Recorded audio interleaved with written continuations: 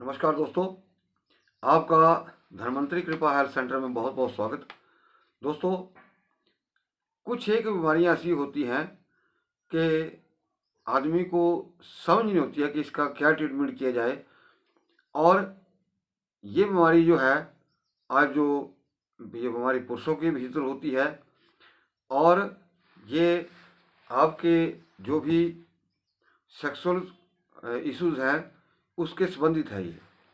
तो दोस्तों, सबसे पहले तो ये जानना होता है कि आपको सेक्सुअल क्या डिसऑर्डर है, मतलब आपको सेक्स से संबंधित कौन सी प्रॉब्लम है। तो उसमें तीन चार चीज़ें आती हैं, तीन चार वजह हैं, और तीन चार ही ये जो इसके रोग हैं वो मैं आपको एक एक करके समझाता हूँ।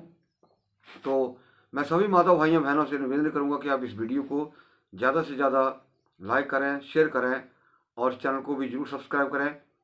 दोस्तों, सबसे पहला जो क्या होता है कि आदमी तभी जो है सेक्स कर पाता है कि उसके अंदर जो वीर्य की मात्रा है वो प्रॉपर हो, यानी कि वीर्य ज़्यादा हो। अब वीर्य ज़्यादा हो जाता है तो ऐसा नहीं कि वीर्य ज़्यादा हो गया तो आपका सेक्सुअल जो इशू है या आपका जो सेक्स प्रॉब्लम है वो भी उससे ठीक हो जाएगी, लेकिन नहीं। यहाँ सेक्स का आनंद लेने के लिए जो वीर्य का गाढ़ापन है वो भी ज़्यादा होना चाहिए। जब तक वीर्य के अंदर गाढ़ापन नहीं है तब तक वो आपको प्रॉपर जो है आनंद का अनुभव नहीं होगा। अब इसके बाद दोस्तों, जैसे एक बीमारी का नाम बोल देते हैं आजकल, इरेक्टाइल डिसऑर्डर। ये बहुत सारे लोगों को हो चुकी है। तो यहाँ पे बहुत सारे केसों के ऊपर मैंने देखा है कि बीमारी जो है वो अ, आम व्यक्ति को, यानी कि जैसे कोई 40 साल का है तब भी उसको प्रॉब्लम हो चुकी है।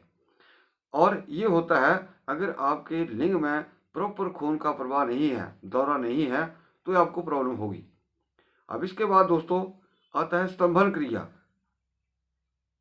स्तंभन क्रिया का क्या मतलब होता है कि अगर आप संभोग में लंबे समय तक बने रहना चाहते हैं तो इसके लिए स्तंभन का ट्रीटमेंट होता है, यानी कि स्तंभन से रिलेटेड जो भी आयुर्वेदा के अंदर बहुत सारी ऐसी चीज़ें हैं कि जब तक, जैसे एक छोटा सा नुस्खा बताता हूँ कि अगर कचना अपना सॉरी ये जो आपका एक बीज होता है जिसको हम बोलते हैं कौच बीज, उस कौच के पेड़ की उस कौच की बेल की जड़, कौच से एक बेल का पौधा होता है, अगर उसके जड़ जो है वो ली जाए और मुंह के अंदर रख दी जाए, और जब तक वो मुंह के अंदर रहेगी वीर्य संखलित नहीं होगा। ऐसे ऐसे दिव्य योग भी हैं। अब जब तक आप इस जड़ को बाहर नहीं निकालेंगे तब तक वो वीर्य संकलित नहीं होगा। तो दोस्तों, इस वीडियो को बनाने का मतलब क्या है कि बहुत सारे लोग जो हैं इस चीज़ से परेशान हैं। बहुत सारे लोग जो है वो नाइट फॉल से पीड़ित हैं।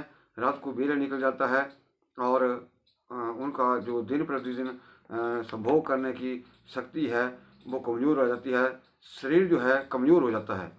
तो ये चार पांच चीज़ें जो हैं ये होना बहुत ज़रूरी है। उसी के हिसाब से आदमी को अपना इलाज करना चाहिए। ये नहीं कि किसी ने बोल दिया, ये पढ़ दिया कि ये इसके लिए बहुत अच्छी है। मतलब ये भेद बता रहा हूँ। इस वीडियो को बनाने का मतलब ये है कि नंबर 1 पहली चीज़ होती है वीर्यवर्धक औषधि। उसके बाद आता है वीर्य को गाढ़ा बनाने वाली औषधि। तीसरे नंबर पर आता है अगर आपके अंदर वीर्य भी है, गाढ़ापन भी है, लेकिन अगर आपके अंदर काम की इच्छा नहीं है, और तो उस वीर्य के गाढ़ेपन होने का कोई मतलब नहीं है।